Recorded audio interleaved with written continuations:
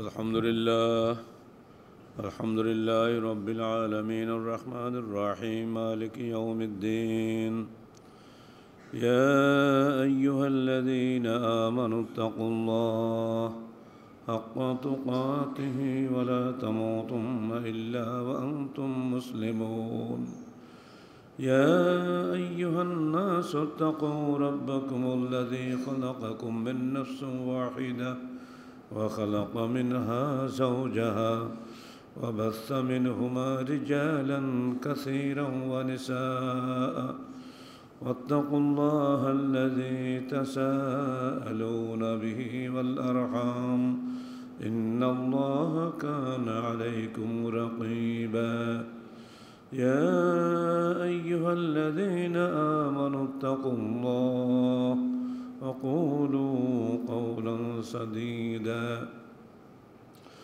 يصلح لكم أعمالكم ويغفر لكم ذنوبكم ومن يطع الله ورسوله فقد فاز فوزا عظيما أما بعد فقد قال الله تعالى في الكلام المجيد فأعوذ بالله السميع العليم من الشيطان الرجيم بسم الله الرحمن الرحيم والتين والزيتون وطور سينين وهذا البلد الأمين لقد خلقنا الإنسان في أحسن تقويم ثم رددناه أسفل سافلين إلا الذين آمنوا وعملوا الصالحات فلهم أجر غير ممنون فما يكذبك بعد بالدين أليس الله بأحكم الحاكمين যাবতীয় হামদ ও সানা আল্লাহর আলমিনের জন্য এবং যাবতীয় দরুদ ও সালাত শেষ নবী মুহাম্মদ রাসূলুল্লাহ সাল্লাল্লাহু আলাইহি ওয়াসাল্লামের জন্য। পৃথিবীতে যদি আল্লাহ পাক কোরআন নাজিল না করতেন আমাদের পক্ষে আদৌ সম্ভব ছিল না বিগত যুগের ইতিহাস জানা। কোরআন একই সঙ্গে উপদেশ গ্রন্থ, বিজ্ঞান গ্রন্থ, ইতিহাস গ্রন্থ এবং জীবনের যা কিছু প্রয়োজন সব কিছুর চাহিদা এখানে পাওয়া যায়। যদি কোরআন আমাদেরকে বিগত যুগে মুসা ও ফেরাউনের ইতিহাস না বলতো তাহলে আজকে আমাদের সামনে আশুরা সিয়ামের কোনো গুরুত্বই থাকতো না। আগামী জুমার দিন আশুরা সিয়াম হবে বাংলাদেশ। কেন রাখবো? প্রয়োজনটা কি? হয়তো না খেয়ে থাকার। যদি প্রেক্ষাপট আমাদের জানা না থাকে সিয়াম রাখার কোনো গুরুত্ব নাই। আর সেজন্য প্রেক্ষাপটটা আমাদেরকে জানতে হবে এবং তা এমন উৎস থেকে যে উৎসে কোনো মিথ্যা নাই, সন্দেহ নাই। যালিকাল কিতাবু লা রাইবা ফীহি, সেই উৎস থেকে যেগুলো আমরা জানি সেগুলি আপনাদের সামনে বলবো। কাসাসুল আম্বিয়া পড়ি আমরা লিখবো না কিছু, বলবো না কিছু। সেখানে দুনিয়ার সব গল্প উদ্ভট লিখে ভর্তি করে দেওয়া হয়েছে, ওগুলোর মধ্যে আমরা যাচ্ছি না। উর্দু, বাংলা, আরবিতে বহু নবীদের কাহিনী আছে, এগুলো আসলে নবীদের কাহিনী বলাই ঠিক না।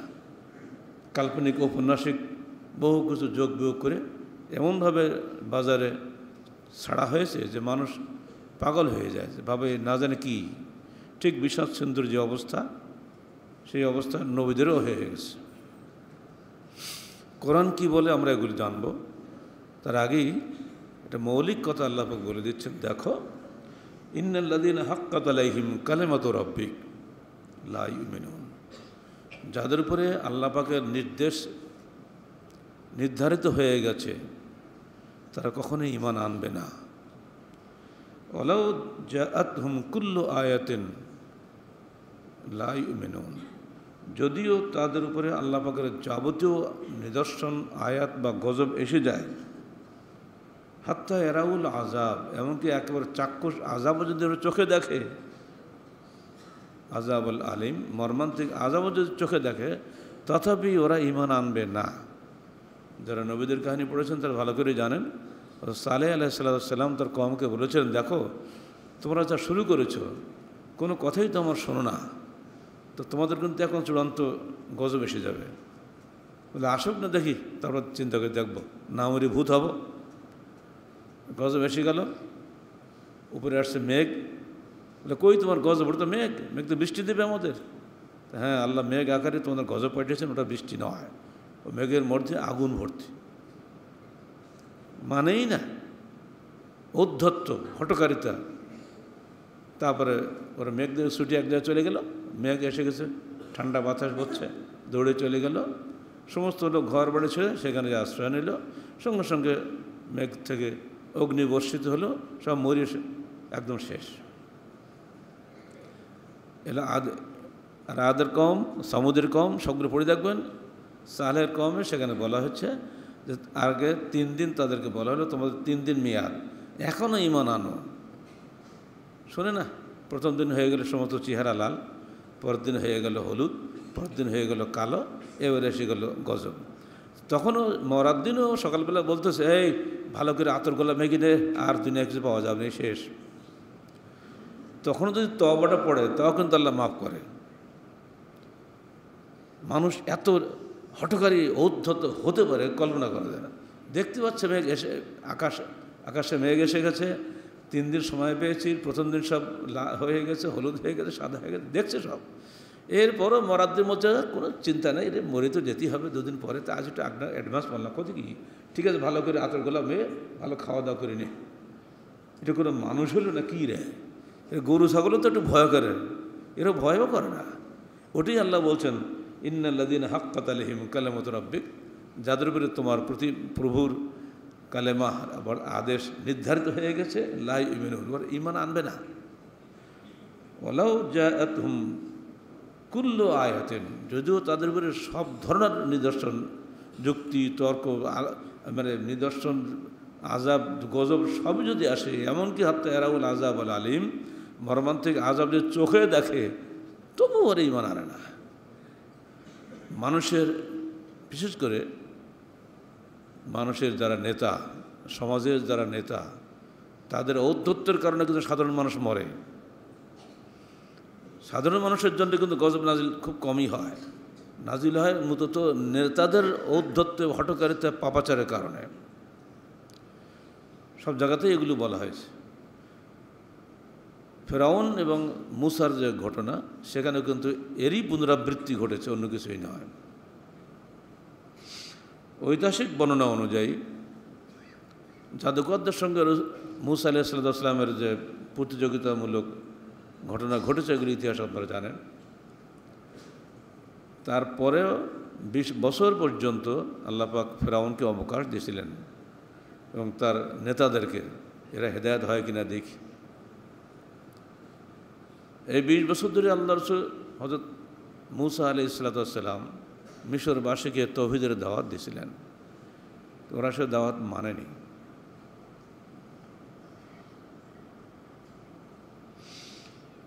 আল্লাহ পাক তাদের কাছে একে একে নানা ধরনের গজব পাঠিয়েছিলেন, সেগুলো আল্লাহ পাক নিজেই বর্ণনা করছেন। ওয়ালাকাদ আখাযনা আলা ফিরআউনা বিস-সিনিনা ওয়া নাকসিম মিনাস সামারাত লাআল্লাহুম ইয়াযযাক্কারুন, সূরা আরাফ 130 আয়াত। আমরা পাঠালাম ফিরআউন বংশের কাছে, ফিরআউনের লোকদের কাছে দুর্ভিক্ষ, যাতে তারা উপদেশ গ্রহণ করে। না খেয়ে থাকলে মানুষ তো উপদেশ গ্রহণ করেই। গাছে ফল নেই, নারকেল গাছে ডাব আছে, পানি নাই, ধান হয়েছে শীষে কোনো ধান নাই। একবার যদি বাংলাদেশে আল্লাহ একটু দিয়ে দেয়, দেখেন না কি অবস্থা শুরু হয়ে যায়। এসব করা হলো, কিন্তু ওরা হলো না। শেষকালে এসে বলে কি জানেন, দলবন্দি সে এসছে মুসার কাছে, এসে কি বলছে, ক্বালু মাহমা তা'তিনা বিহি মিন আয়াতিন লিয়াসহারানা বিহা ফামা নাহনু লাকা বিমুমিনিন। মুসা, তুমি আমাদেরকে ইমানদার বানানোর জন্য যতই জাদু করো, আমরা কখনো ঈমান আনবো না। বুঝতে পারছেন তো নাকি? তুমি যতই আমাদের জাদু করো, আমরা কখনো ঈমান আনবো না। এটাকে ওরা ভাবলো জাদু। এরপর আসলে পরপর অনেকগুলি গজব। আল্লাহ বলছেন ফারসালনা আলাইহিম তুফানা ওয়াল জারাদা ওয়াল কুম্মাল ওয়াল জাফাদিয়া ওয়াদ-দাম আয়াতিন মুফাসসালাত ফাস্তাকবারু ওয়া কানু কওমান মুজরিমিন। আরাব 133 আয়াত। তাদের এই অহংকারী বক্তব্যের কারণে আমরা তাদের উপরে একে একে পাঠিয়ে দিলাম তুফান, প্লাবন, জারাদ, পঙ্গপাল, কুম্মাল, উকুন, দাফাদে ব্যাং, দাম রক্ত। ফাস্তাকবারু, কিন্তু তারা অহংকার করল। কানু কওমান মুজরিমিন, আসলে ওরা ছিল পাপী কম, জাতটাই পাপী। ইহুদি জাতের উপরে গজব যে অমনি নাজিল হয়েছে না। ফিরআউনের কম পুরাটাই ছিল এই ধরনেরই, মূলত তাদের সমাজ নেতাদের প্রভাবে, ফিরআউনের প্রভাবে। এই আয়াতে দুর্ভিক্ষের পরে পরপর 5টি গজবের কথা নাজিল হয়েছে। তারপর আসে প্লেগ মহামারী এবং অন্যান্য ছোট বড় আযাব। কিন্তু অহংকারী নেতারা কিছুই মানল না। ফলে অবস্থা হলো এই, যেমন আল্লাহ বলছেন ওয়ালাম্মা ওয়াকা আলাইহিমুর রিজজ ক্বালু ইয়া মূসা উদউ লানা রাব্বাকা বিমা আহাদা ইনদাক। তারা নেতারা এসে বলল, হে মূসা, তুমি আমাদের জন্য আল্লাহ তোমার প্রভুর কাছে দোয়া করো।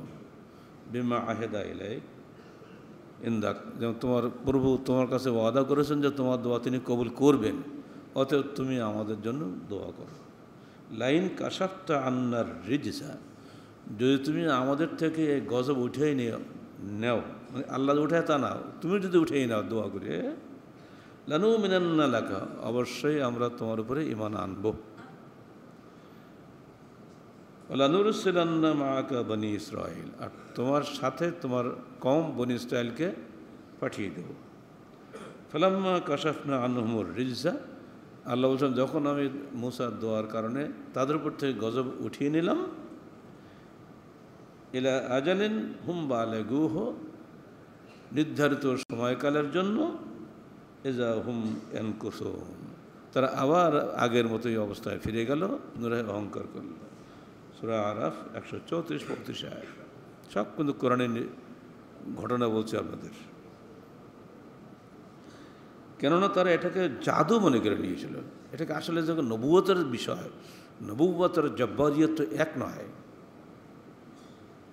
ঠিক অমনি করে ওরা সুলাইমানকেও জাদুকর ভেবেছিল।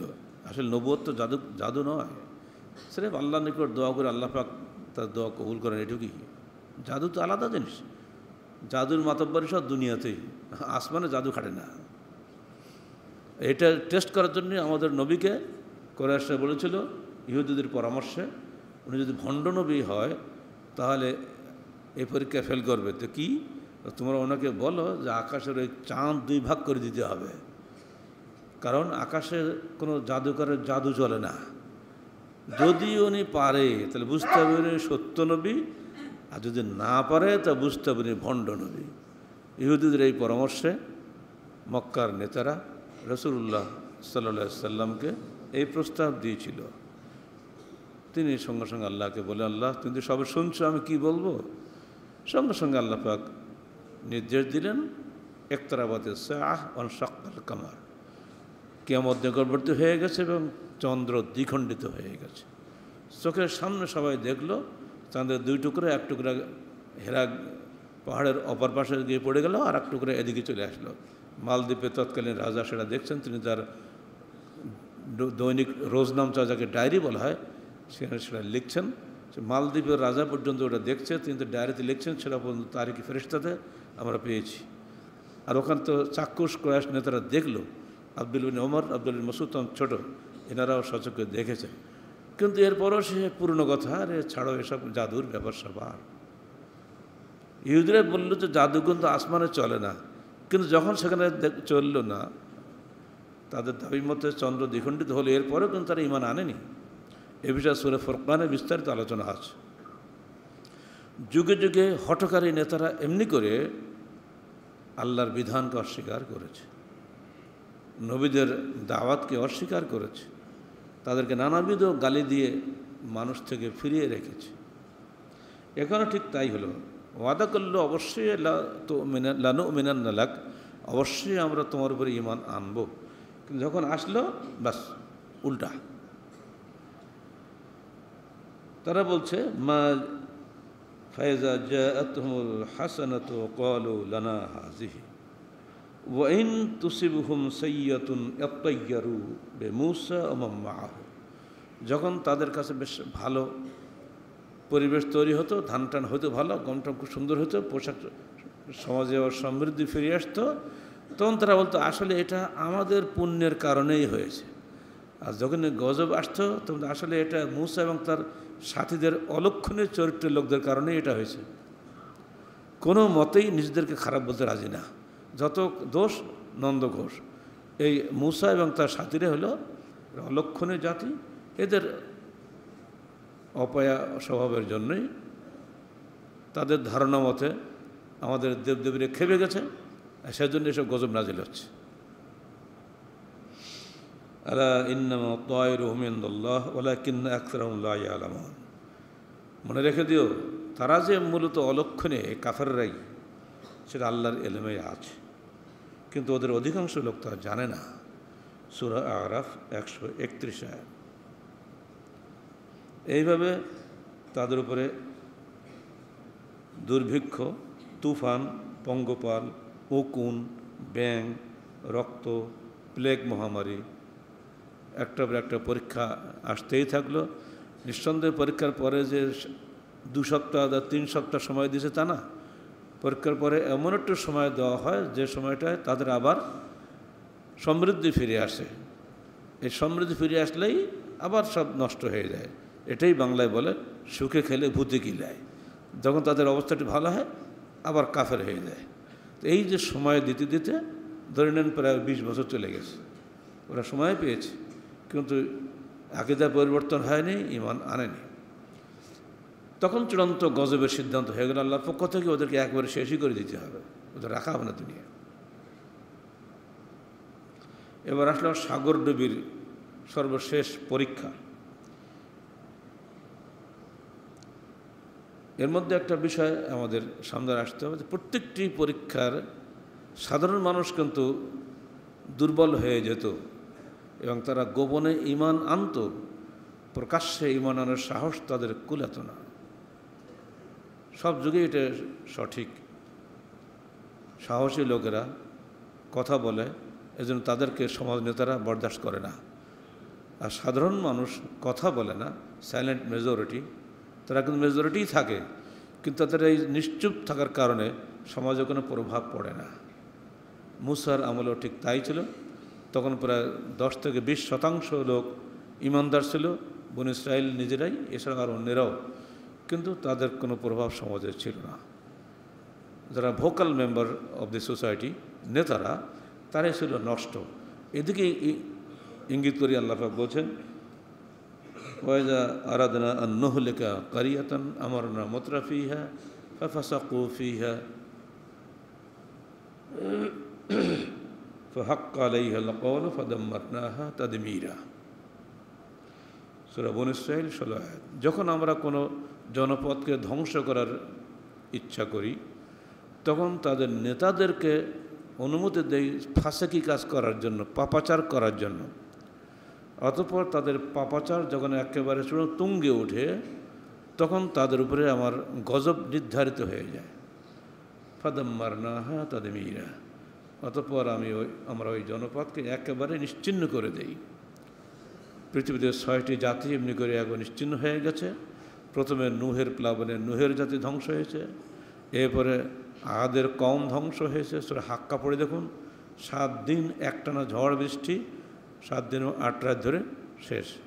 এরপরে সমুদের কম, যাকে বলে হযরত সালেহ আলাইহিস সালামের আমলে হয়েছিল এটা, যেটা একটু আগেই বললাম। এরপরে হয়েছে কমে ইব্রাহিমের কিছু অংশ, এরপরে কমে ফিরআউন। এমনি করে যুগে যুগে 6টি জাতি। কমে লুতের কথা আপনারা জানেন, আজ পর্যন্ত আছে জর্ডান লেবাননের মধ্যবর্তী মৃত সাগর বলে পরিচিত সেই বিশাল 77 কিলোমিটার বাই 50 কিলোমিটার 17 কিলোমিটার এরিয়াটা আজ পর্যন্ত পানি ভরা প্রায় 6 কিলোমিটার গর্ত, কিন্তু সেই পানিতে কিছুই হয় না। যাকে বলা হয় ডেড সি, মৃত সাগর। মানুষ দেখছে চোখের উপরে এই স্মৃতি লূত আলাইহিস সালামের সমকামিতা, পুরুষে পুরুষে জেনা, নারীতে নারীতে জেনা, এটা তারা করত। তাদের হেদায়েতের জন্য আল্লাহ পাক লূত আলাইহিস সালামকে পাঠিয়েছিলেন। তারা কথা শোনেনি, অবশেষে ধ্বংস করে দেওয়া হয়। দুঃখের বিষয়গুলো কালকে পরশু পত্রিকা পড়লাম, ভারতের সর্বোচ্চ আদালত ভারতবাসীর জন্য সমকামিতা সিদ্ধ করে বৈধ বলে ঘোষণা করে দিয়েছে। এটাই কি সর্বোচ্চ আদালত হলো? ভারতের হিন্দু ধার্মিকরা পর্যন্ত এটা প্রতিবাদ করেছে, আর মুসলমানরা তো করবেই। যে দেশের জনগণ এর বিরোধী, তুমি হতে পারো প্রধান বিচারপতি, তুমি কোথাতে আসলে দেশের জনগণের কল্যাণের বিরোধী কোনো সিদ্ধান্ত তুমি দিতে পারো না। কিছু সংখ্যক ফাসেক বদমাশ তো আছে, তারা খুব খুশি হয়েছে, মিছিল করছে। আর আমাদের দেশের ফাসেক পত্রিকা দু একটা আছে, নাম তো আপনারা জানেন, বলতেও খারাপ লাগে। এই পত্রিকাওয়ালারা এটা খুব হাইলাইট করছে, অথচ চোখের সামনে দেখে আসুক তারা সমকামিতার ফলাফলটা কি হয়েছে। এইডস মহামারী সারা বিশ্বব্যাপী হচ্ছে না, এর মূল তো এই সমকামিতা। হতভাগা এই সমস্ত তথাকথিত জ্ঞান পাপীরাই হলো দেশের বিচারপতি। খুবই খারাপ লাগে। সেজন্য আমরা বলি, জ্ঞান কখনই চূড়ান্ত সত্যের উৎস নয়। জ্ঞানকে অবশ্যই আল্লাহ প্রেরিত ওহীর সামনে মাথা নত করতে হবে। চূড়ান্ত সত্য আল্লাহর ওহী, মানুষের জ্ঞান নয়। কারণ কোনো একটি বিষয়ে 10 জন মানুষ একমত হতে পারে না। তো বোঝা গেল জ্ঞান দিয়ে দুনিয়া চলে না। সাধারণভাবে চলে, ডাইন ডাইন বাম বাম করলে গরু ঘোরে, আমিও ঘুরি, কিন্তু প্রকৃত কল্যাণ কিসে এটা যদি মানুষ বুঝতো, তাহলে নবী রাসূল আসার কোনো দরকার ছিল না। তাই নবী এসেছিলেন, লূত তাদেরকে বুঝিয়েছিলেন, শোনেনি। অবশ্যই আল্লাহর পক্ষ থেকে ফেরেশতা আসলো, জিবরাইল এসে এক ডানা মারল, পুরা 7টি শহর, প্রধান শহরের নাম ছিল সাদুম, পুরা 7টা শহর আসমানে উঠিয়ে নিয়ে উপুড় করে ফেলে ধুলে ফেলে একদম ধুলির সাথে নিশ্চিহ্ন হয়ে শেষ। আল্লাহ ইচ্ছা করলে পুরা বাংলাদেশটা উঠিয়ে নিয়ে উপুড় করে ফেলে ধ্বংস করে দিতে পারেন। যদি বাংলাদেশে সমকামিতার আইন বৈধ করা হয়, এটাকে যদি হাইলাইট করা হয়, এরাও ধ্বংস হয়ে যাবে। উল্টানো কেন হলো? যে মানুষের স্বাভাবিক গতি হলো নারী পুরুষের পারস্পরিক মিলনে সন্তান হওয়া, কিন্তু অস্বাভাবিক হলো উল্টা করা। আর সেজন্য আল্লাহ উল্টা করে ফেলে দিয়ে শেষ করে দিয়ে সবগুলোকে। সাবধান হও বাংলার নেতারা, কোরআন হাদিসের বিরুদ্ধে গিয়ে দেশের জনগণের জন্য ধ্বংস ডেকে আনো না। কারণ আল্লাহর পক্ষে যখন গজব আসে, শুধু নেতারাই মরে না, কর্মীরাও মরে, সবাই মরে, তাই না? অর্থাৎ গজব যদি এসে যায়, পুরা জনপদ শেষ হয়ে যাবে। ওটাই আল্লাহ পাক এখানে বলছেন, যখন আমি কোনো জনপদকে ধ্বংস করার চেষ্টা করি, চিন্তা করি, তখন সে জনপদের নেতাদেরকে আমরা পাপাচারে অনুমতি দেই। আর তখন নেতাদের পাপের কারণে পুরা জনপদ নিশ্চিহ্ন হয়ে যায়। তার দম্মার না হো তাদমীরা, একেবারে নিশ্চিহ্ন হয়ে যায়, থাকে না কিছু। এবারে চূড়ান্ত পর্যায়ে এসে গেল ফেরাউন এবং তার সাথীদের নেতাদের কারণে। যখন তারা কোনো মতেই ঈমান আনলো না, তখন 20 বছর অপেক্ষা করে পরপর 7টা আপনারা গজব নাজিল করেও যখন তাদের কিছু করা গেল না, তখনই আল্লাহ পাকের সিদ্ধান্ত এসে গেল, না, এদেরকে এই নেতাগুলো শেষ করো আগে। সবাইকে কিন্তু মারেনি ফেরাউন এবং তার সেনাবাহিনী। এই সেনাবাহিনীর চোটে পড়ে সে মানুষকে ভয় দেখাতো। এখন যখন পুলিশের ভয়ে মানুষ ঘরে বাস করতে পারে না, তখন এই সেনাবাহিনীর অত্যাচারের ভয়ে মানুষ ঘরে বাস করতে পারতো না। ওদের সামনে কে কথা বলবে? আল্লাহ পাক নির্দেশ দিলেন, এবং ঠিক সেটাই হলো। আয়াতটা হচ্ছে এই, ওয়ালাকাদ আওহায়না ইলা মূসা আন আসরি বিইবাদি ফাদরিব লাহুম তারিকান ফিল বাহরি ইয়াবাসা লা তাখাফু দারাকাম ওয়ালা তাখশা। সূরা তাহা ৭৭ আয়াত।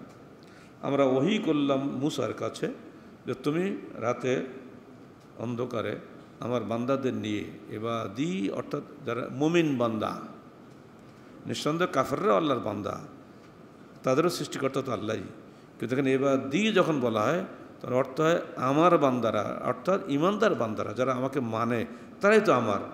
যারা আমাকে মানানো করে আমার হবে নাকি? আমার বান্দাদেরকে নিয়ে তুমি বেরিয়ে যাও রাতের অন্ধকারে। ফাজরাব লাহুম তারিকান ফিল বাহরে ইয়াবাসা, এবং তার সামনে যে বিশাল সাগর আছে, ওই সাগরে গিয়ে তোমার হাতের লাঠি মারো, তুমি দেখবে সাগরের মাঝখান দিয়ে শুষ্ক পথ তৈরি হয়ে যাবে।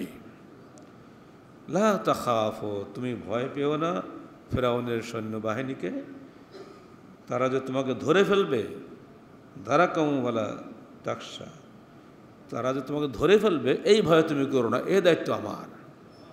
এইটা বলার পরেই মূসা আলাইহিস সালাম তার কওমকে বললেন, তোমরা সবাই রাতের বেলা বেরিয়ে পড়ো। তখনকার হিসাবে বলা হচ্ছে প্রায় 4 লাখের উপরে ছিলেন মূসার অর্থাৎ বনী ইসরায়েলের সংখ্যা। যদি সেটাই হয়,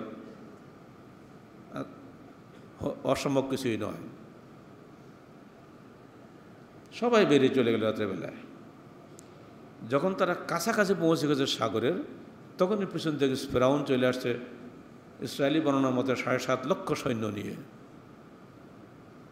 খুব দ্রুত বেগে ধেয়ে আসছে পিছিয়ে পিছিয়ে। ওদের দেখেই ভয় পেয়ে গেছে বনী ইসরায়েলরা, ইন্না মুদরাকুন, আমরা তো ধরা পড়ে গেলাম।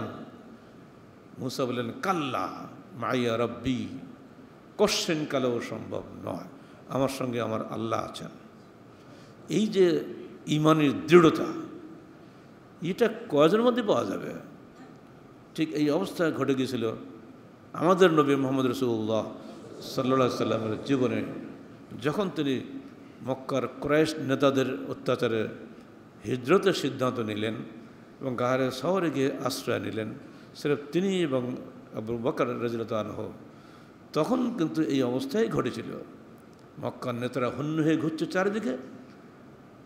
যে ব্যক্তি মোহাম্মদ বা আবু বকর দুজনের জীবন্ত বা মৃত লাশ এনে দিতে পারবে, তাকে 100 করে উট দেওয়া হবে। সে যুগে উট ছিল সবচেয়ে মূল্যবান সামগ্রী, আর 100 উট পেলে তো সে আর কখনোই গরিব হয় না। মানুষ পাগলের মতো ঘুরছে সমস্ত পাহাড়, অথচ পাশেই তো সওরগিরি গুহা। ওই গুহার চারপাশ দিয়ে ওরা ঘুরছে।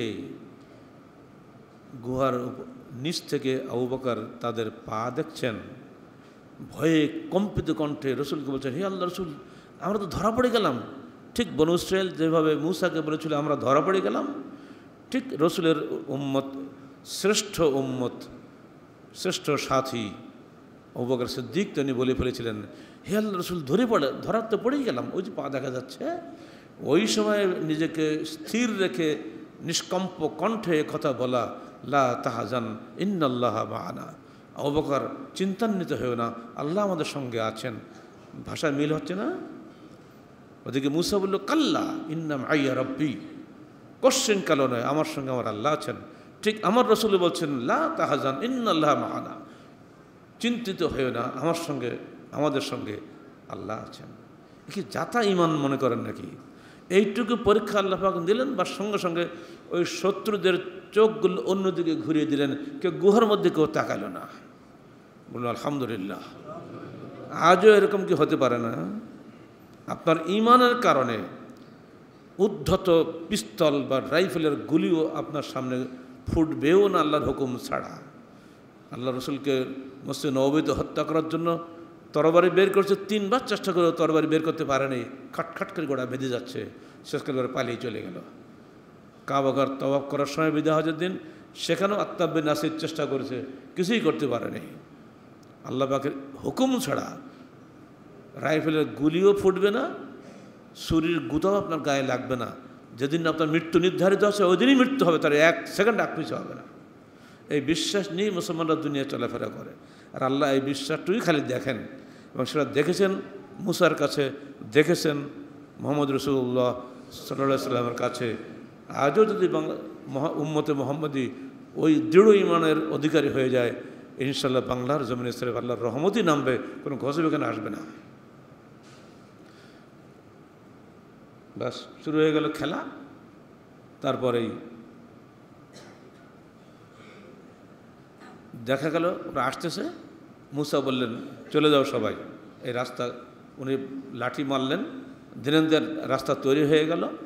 12টা রাস্তা, কারণ ইয়াকুব আলাইহিস সালামের 12টা সন্তান ছিল, 12টা সন্তানের 12টা গোত্র ছিল, এরা সবাই বনী ইসরাইল, এবং সবাই চলে গেল ওই রাস্তা দিয়ে।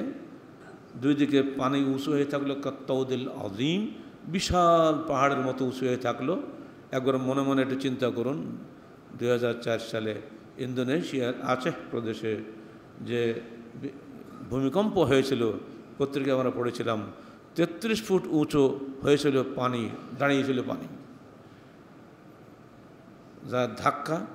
নওদাপাড়াতে তখন আমি সকালে হাঁটছিলাম, এই আমাদের কমিশনার সাহেবের পাশে একটা, এখন তো সব ঘরবাড়ি হয়ে গেছে, ক্যানাল ছিল, পানির ক্যানাল। ওই পানি হঠাৎ করে ঝাঁপ দিয়ে রাস্তার কানে চলে আসছে, আমাদের পায়ে ছিটে লাগলো। ব্যাপার কি, পানি এখানে আসলে কেন? তো নদী না, কিছুই না। পরের পত্রিকায় পড়লাম এটা সে ইন্দোনেশিয়ার ভূমিকম্পের রেশ এসে গেছে নওদাপাড়া পর্যন্ত। কি যাতা ব্যাপার মনে করেন নাকি? তো আধুনিক যুগে যদি 33 ফুট উঁচু হয়ে পানির দেওয়াল তৈরি হতে পারে ভূমিকম্পের কারণে, সে যুগে মুসা আলাইহিস সালামের মুজিজার কারণে, এটি কি অসম্ভব? আপনার যুক্তিতে আসবে না, এমনকি বিজ্ঞান এখানে ফেল, কিন্তু আপনাকে মানতেই হবে কোরআনের কথার অস্বীকার করার ক্ষমতা আপনার নাই। আপনি নিজেই কীভাবে জন্মালেন দুনিয়াতে, আপনি নিজেই খবর রাখেন না, আপনি এটা কী বলবেন? আল্লাহ পাক বলছেন ওরা শুষ্ক রাস্তা দিয়ে চলে গেল, দুই দিকে পানি উঁচু হয়ে থাকলো, কাত্তাউদিল আযীম, বিশাল পাহাড়ের মতো, সবাই বেরিয়ে চলে গেল। ফাতবাআহুম ফিরআউন বিজুনুদিহি, অথবা তাদের পিছিয়ে পিছিয়ে ফিরআউন দৌড়ালো। গাশিয়াহুম মিনাল ইয়াম্মি মা গাশিয়াহুম, অথবা তাদেরকেও সাগরের পানি গ্রাস করে নিল। ওয়াজাওয়াজনা বিবনি ইসরাঈল আল বাহরা ফাতবাআহুম ফিরআউন ওয়া জুনুদুহু বাগয়ান ওয়া আদওয়ান হাত্তা ইযা আদরাকুল গরাক ক্বালা আমানতু আন্নাহু লা ইলাহা ইল্লা আমানাত বিহি বনু ইসরাঈল। এবার যখন ফিরআউন ঢুকে পড়েছে, পানি চারদিক দিয়ে এসে ডুবাই দিয়েছে সবগুলোকে, তখন ফিরআউন এবারে পানি খাচ্ছে আর ঈমান আনতেছে। কি বলল? আমানতু আন্নাহু লা ইলাহা, আমি ঈমান আনছি এই মর্মে যে কোনো উপাস্য নাই, ইল্লাল্লাযী আমানাত বিহি বনু ইসরাঈল, সেই উপাস্য ব্যতীত যার উপরে বনু ইসরাঈলরা ঈমান এনেছে। ওয়া আনা মিনাল মুসলিমিন, আমি এখন মুসলমানদের অন্তর্ভুক্ত হয়ে গেলাম। সূরা ইউনূস 90 আয়াত। একটাই বাংলায় বলে ঠেলার নাম বাবাজি। পানি খাচ্ছে, এত বাঁচতে তো কোনো কায়দা নেই। আর সে পানি না, তো ও তো প্রচণ্ড মানে লবণাক্ত এবং তিক্ত পানি, খাওয়া যায় নাকি? এই একটা খেলেই তো পেট জ্বলে যাবে। ও তো দেখছে মরবই, আর তো কোনো উপায় নেই। সেনাবাহিনী চারিপাশে লাশ ভাসতেছে, আমি তো আর বাঁচবো না। এখন ঈমান আনলো।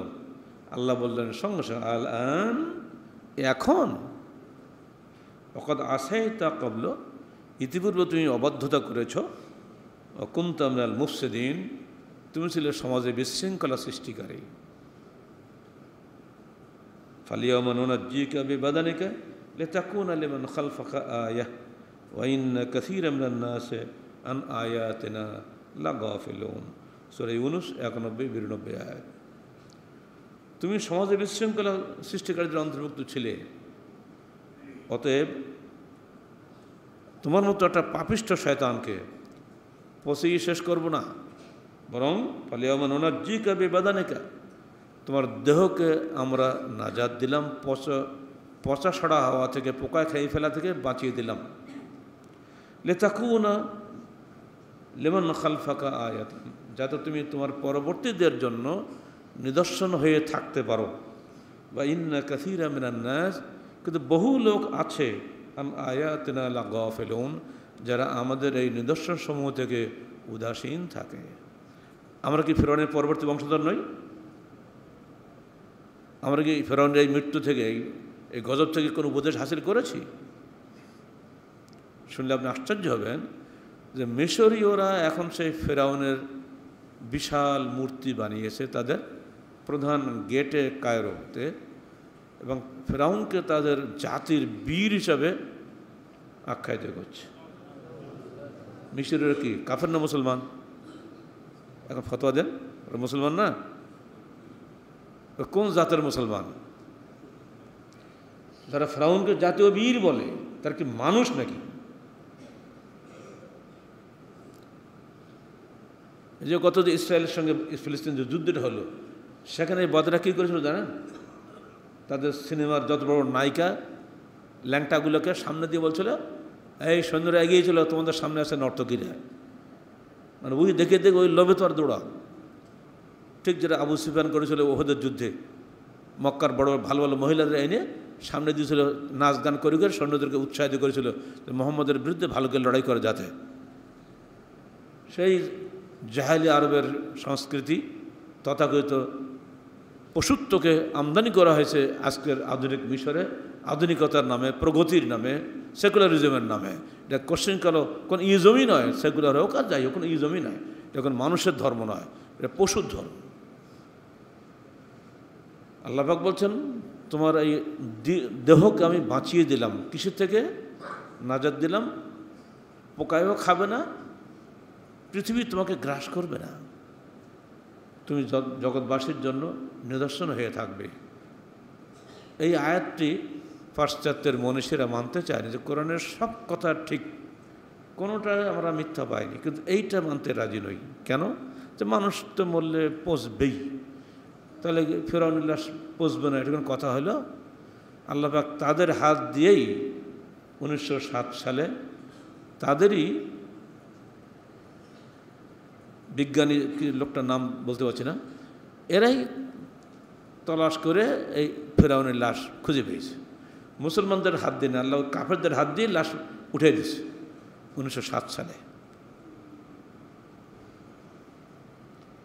তাদের এই লিখিত গ্রন্থ দি স্টেপস টু দ্য মোসেস দি লগিভার বইয়ের মধ্যে গর্ডন ব্রাউন লিখতে বাধ্য হয়েছেন যে এটা আসলে ফেরাউনেরই মমিকৃত লাশ। তো যারাই অবিশ্বাস করেছে তাদের কাছ থেকেই এটা প্রমাণিত হয়েছে যে মুসার লাশ পচেনি, ধ্বংস হয়নি, আছে। এখন যাওয়া পিরামিডে যে কারোর শখ হলে দেখি আস।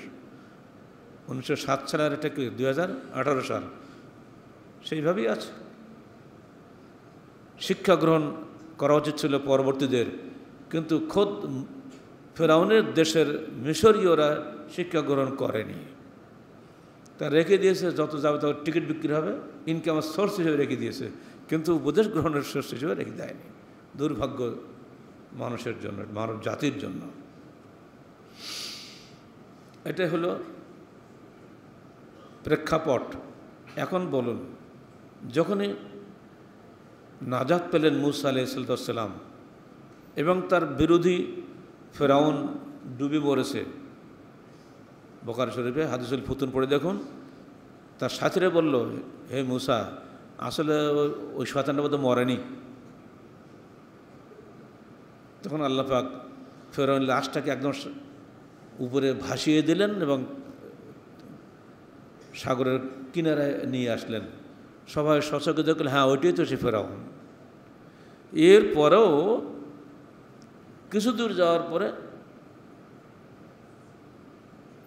আচ্ছা, এটা দেখার পরে মানুষের মনের মধ্যে কোনটা আসে? তৃপ্তি আসবে না? কৃতজ্ঞতা বোধ আসবে না? যে কোনো মানুষের মধ্যে এটা আসবেই যে আমার শত্রু নিধন হয়ে গেল, খুশি হবে না?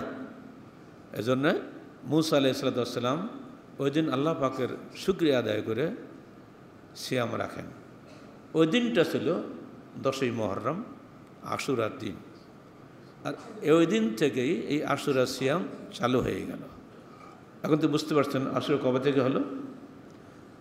আমাদের রসুল আসার প্রায় 2000 বছর আগের ঘটনা এটা। আর আমাদের রসুল এসেছেন 1500 বছর আগে। তো 3500 বছর আগে আশুরা চালু হয়েছে ফেরাউনের এই সাগরডুবির ঘটনা থেকে। আল্লাহ পাকের শুকরিয়া আদায়ের উদ্দেশ্যে। মুসা সেই শুকরিয়া আদায়ের সুন্নত পরবর্তীকালে নিয়মিতভাবে পালিত হয়। জাহেলি আরবে ওটা চালু ছিল। মা আয়েশা সিদ্দিকা রাদিয়াল্লাহু আনহা বলছেন যে জাহেলি যুগে সবাই আশুরা সিয়াম রাখত। আল্লাহ রসুল এলেন, তিনিও সিয়াম রাখতেন। অতঃপর যখন তিনি মদিনায় গেলেন, সেখানে গিয়ে দেখলেন ইহুদিরাও এ সিয়াম রাখে, কারণ মক্কাতে ইহুদি নাই। তোমরা কেন সিয়াম রাখো? বলছে আমরা রাখি এর জন্য যে আমাদের নবী এই দিন ফেরাউনের হাত থেকে মুক্তি পেয়েছিলেন, তাই আমরা শুকরিয়া আদায় করে এই দিন সিয়াম রাখি। তো আল্লাহ রসুল জবাব দিলেন, তোমরা তো তোমাদের নবীর আদেশ নিষেধ কিছুই মানো না, খালি নবী বলে স্বীকৃতি দিচ্ছ। তো আমরাই বরং তোমাদের চাইতে মুসা আলাইহিস সালামের হাক্ক ও আওলা, অধিক হকদার, অধিক নিকটবর্তী, অর্থাৎ আমরাই এদিন সিয়াম রাখবো। তখন লোকেরা বললো, হে আল্লাহর রসুল, এই ইহুদিরা এরা অত্যন্ত গুরুত্ব দেয় এই দিনটাকে, খুব বড় করে দেখে। তখন আল্লাহ রসুল বললেন, ঠিক আছে, আমরা তাহলে আগামী বছর থেকে 9 তারিখ সহ সিয়াম রাখবো, অর্থাৎ 9-10 অথবা 10-11, যাতে ইহুদিদের সঙ্গে পুরোপুরি মিল না হয়ে যায়। কিন্তু পরবর্তী বছর আল্লাহ রসুল আর বেঁচে থাকেননি, ফলে উনি আর রাখতে পারেননি। এজন্য উত্তম হবে 9-10 2 দিন সিয়াম রাখা। নিদেন পক্ষে 10 তারিখ তো আপনাকে রাখতেই হবে। নিয়ত হবে কি?